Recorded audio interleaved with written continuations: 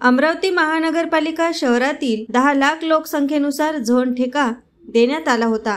त्या 2 ठेक्याचा आजचा शेवटचा दिवस होता। आज 139 गाड्या आणि प्रत्येक प्रभागामध्ये ऑफिस असणे अनिवार्य असताना पूर्तता करू शकले नाही।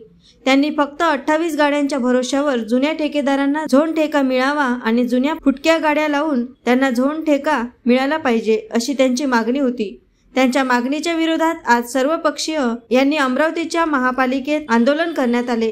त्यासोबतच अमरावती महानगरपालिकेने काढलेला झोन निहाय स्वच्छता ठेका रद्द करून पुन्हा निविदा प्रक्रिया राबवावी या मागणीसाठी आज अमरावतीच्या महानगरपालिकेच्या आयुक्तांची सर्व पक्षीयांची भेट घेतली आणि महानगरपालिकेचे तत्कालीन आयुक्त आष्टीकर यांच्या कार्यकाळात ही प्रक्रिया राबविण्यात आली होती असे सांगत संबंधित कंत्राटदारांनी नियमातील अटी शर्तींचे पालन केले नसल्याचा आरोपही यावेळी करण्यात आला आहे।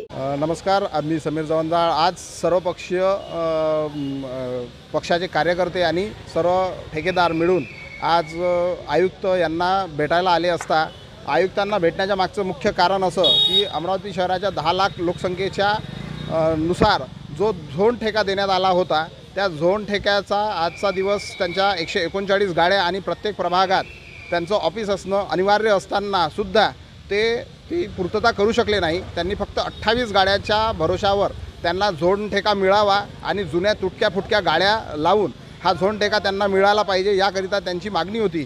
त्याच्या विरोधात हे आज सर्वपक्षीय आंदोलन होतं। असा हा झोन ठेका तत्काळ रद्द करून पुन्हा नव्याने प्रक्रिया राबवून नवा ठेका काढण्यात यावा आणि त्यामध्ये सर्व नागरिकांना सर्व सोयी सुविधा मिळून त्यांना ती शहरातील स्वच्छता पूर्ण झाली पाहिजे अशी आमची एक अपेक्षा आहे। जय भीम, जय शिवराय। मी रितेश तेलमोरे, भीम आर्मी जिल्हाध्यक्ष।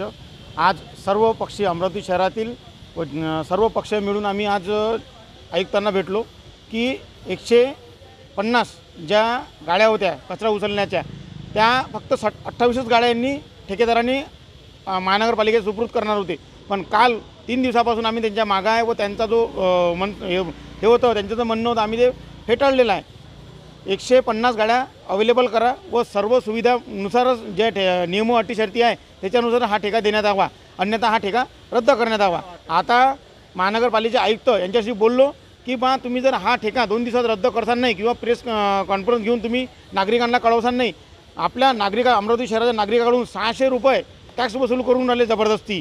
किती आंदोलन झाले अमरावती महानगरपालिकेमध्ये, सर्व पक्षीय आंदोलन झाले पण हे काही ऐकायला तयार नाही। याच्या पूर्वीचे जे आष्टीकर होते यांनी पैसा घेऊन करप्शन करून तेव्हाच ठेका देण्यात आलेला आहे यांना आणि आताही या जुन्या तुटल्या फुटल्या गाड्या आहे यांच्या भरोश्यावरच अमरावती शहराची साफसफाई होणार असे ते गृहीत धरू राहिले। पण हे आम्ही भीम आर्मी व सर्व पक्ष अमरावती शहरातील सर्व पक्ष हे काही होऊ देणार नाही असे झाले।